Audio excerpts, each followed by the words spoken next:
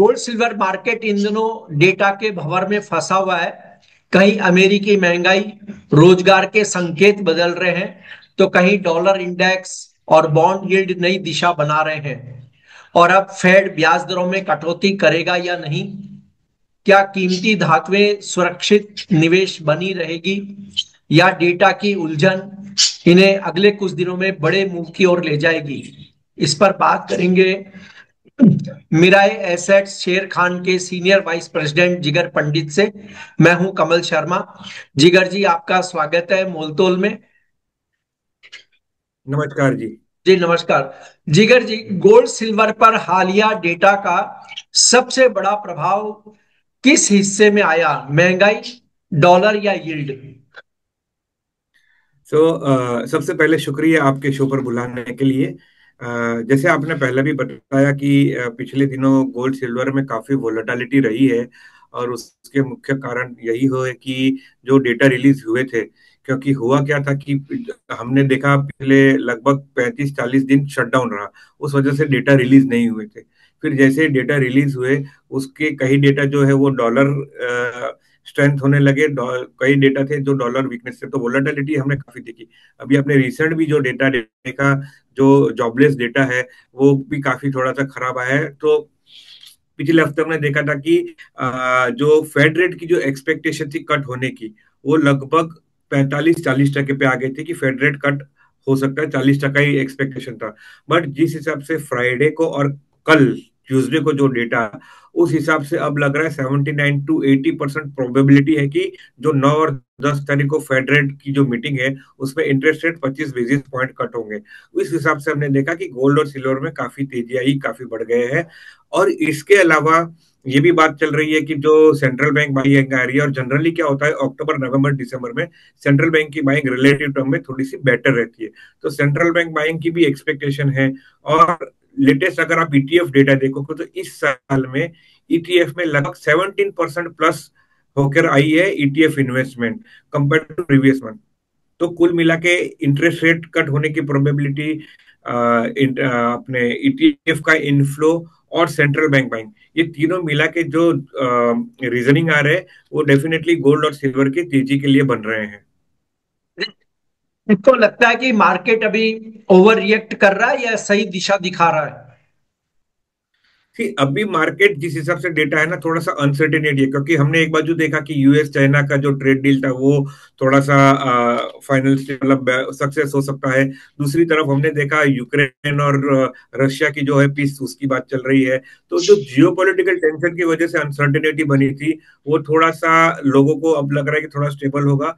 और वर्सेस तो जो सेफ हेवन इन्वेस्टमेंट रहता है गोल्ड में, वो थोड़ा सा कम रहेगा। सेकंड साइड जो सेंट्रल बैंक बाइंग है, वो थोड़ी सी कम हुई थी सितंबर में। तो अनसर्टेनिटी मोड में है, लोगों को लग नहीं रहा है कि भाई अब यहाँ से इतनी तेजी होगी। बट अगर हम लंबी अवधि के लिए देखो, मतलब मैं बात कर रहा हूँ 1 साल के व्यू से अगर देखते हो, तो हमारा गोल्ड में व्यू है लगभग 5,000 से $5,200 का। और चांदी में हमारा जो टारगेट है वो $60 से $65 का 1 साल का टारगेट है। जी। जिगर जी, फेड ब्याज दरों में कटौती करता है, और यदि नहीं करता है तो गोल्ड सिल्वर मार्केट पर हम क्या असर देखेंगे? क्या फेड की पॉलिसी अनिश्चितता इस बार तेजी मंदी के ट्रेंड को उलट सकती है? सो सो बेसिकली आपके श्रोताओं के लिए मैं ये बताना चाहूंगी कि यदि फेड रेट इंटरेस्ट रेट जैसे अगर कट करता है, तो वो गोल्ड सिल्वर के लिए अच्छा है, मतलब गोल्ड सिल्वर ऊपर चलेंगे। अगर फेड रेट इंटरेस्ट रेट बढ़ाता है, तो गोल्ड सिल्वर नीचे आते हैं। तो आपने देखा होगा जनवरी 2025 से लेके अभी तक में जिस हिसाब से गोल्ड सिल्वर बढ़ा था, उसका मुख्य कारण ये भी था कि वर्ष के शुरुआत में, मतलब मैं कैलेंडर ईयर की बात कर रहा हूँ, कैलेंडर वर्ष के शुरुआत में हमने देखा था कि इंटरेस्ट रेट कटौती की पेस थोड़ी सी फास्ट थी, इसलिए हमने देखा गोल्ड सिल्वर में काफी फास्ट बुल रन आया। तो ये समझना है कि इंटरेस्ट रेट यदि कट होता है तो गोल्ड सिल्वर बढ़ेगा, इंटरेस्ट रेट बढ़ता है तो गोल्ड सिल्वर घटेगा। अब किस पेस से घटेगा, क्या होगा, वो उसके ऊपर निर्भर करता है। तो जैसे मैंने बोला 25 बेसिस पॉइंट ऑलरेडी डिस्काउंटेड है। बट इम्पोर्टेंट है कि जो डिस्काउंट जो अनाउंस करेंगे 25 बेसिस पॉइंट कट होता है, सपोज ऐसा मान के चलते कि 25 बेसिस पॉइंट कट होता है, बट उसके बाद की जो कमेंट्री है वो काफी इंपॉर्टेंट है कि भाई कमेंट्री में वो क्या बता रहे हैं कि आगे वाले आने वाले दिनों में और वो इंटरेस्ट रेट करेंगे या इंटरेस्ट रेट कट करने पर पॉज करते हैं, उसके ऊपर काफी निर्भर रहेगा। जी। और जिगर जी, इसके अलावा फेड ब्याज दर के अलावा और कोई ऐसे कोई कारण होंगे एक दो हफ्तों में जो गोल्ड सिल्वर के लिए गेम चेंजर साबित हो सकते हो? मैंने जैसे बोला कि कल भी एक इम्पोर्टेंट डेटा था, आज भी बहुत इंपॉर्टेंट डेटा है। तो ये दो तो इम्पोर्टेंट डेटा है ही है। इसके अलावा सेंट्रल बैंक बाइंग कुछ अगर डिक्लेयर होता है कि भाई और सेंट्रल बैंक बाइंग हो रही है, क्योंकि अभी ये मंथ एंड आया है, ये मंथ एंड के बाद मोटा मोटा मार्केट में आएगा कि भाई क्या ओवरऑल सेंट्रल बैंक की नवंबर में बाइंग आई है।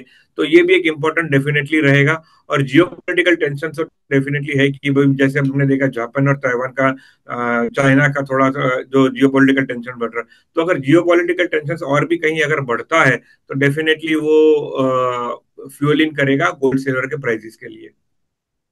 जैसे अभी अमेरिका ने कल कहा ही है कि रूस और यूक्रेन के बीच शांति वार्ता लगभग तय हो चुकी है और दोनों देशों में युद्ध थम जाएगा। और अगर हम देखें तो ईरान और इजराइल में भी जो टेंशन चल रहा था वो काफी सुस्त है, अभी कोई उस पर नहीं है। हालांकि थोड़ा चीन और ताइवान के बीच तनातनी है, जापान भी उसमें है। इन सारी चीजों को अगर हम ले, जियो पॉलिटिकल जिस तरह की स्थिति अब बनी है, उसे लेकर के आप गोल्ड सिल्वर पे क्या असर देखते हैं आने वाले दिनों के लिए? तो सो अब थोड़ा उसमें हिस्ट्री में जाना पड़ेगा पिछले साल के, कि जो तेजी आई थी उसके चार कारण में थे। एक तो जियोपॉलिटिकल टेंशन था, एक था आपका सेंट्रल बैंक बाइंग था, एक ईटीएफ था बाइंग था, ईटीएफ इनफ्लो, और चौथा था ये अपना इंटरेस्ट रेट। अब ये तीन इंटरेस्ट रेट, ईटीएफ और सेंट्रल बैंक, वो अभी भी इंटेक्ट है। जो थोड़ा सा कम हुआ है जियो पॉलिटिकल टेंशन, जो एक टाइम पे काफी प्रीमियम चला गया था जियो पॉलिटिकल टेंशन की वजह से, वो प्रीमियम काफी कम हुआ है। तो अगर ये सब थोड़े से न्यूट्रलाइज होकर नॉर्मल होता है तो डेफिनेटली एक थोड़ा सा सेंटिमेंटल सेलिंग प्रेशर दिखेगा। बट हमें नहीं लग रहा कि बहुत डीप प्रेशर दिखेगा, ऐसा लग रहा है। जी। आपके हिसाब से अभी जो बाजार में हो रहा है, क्या वह डेटा ड्रिवन कंसोलिडेशन है या कोई बड़ा ब्रेकआउट आने वाला है? मैं ये नहीं कहूंगा कि बड़ा ब्रेकआउट आएगा, मैं बोलूंगा कंसोलिडेशन हो सकता है।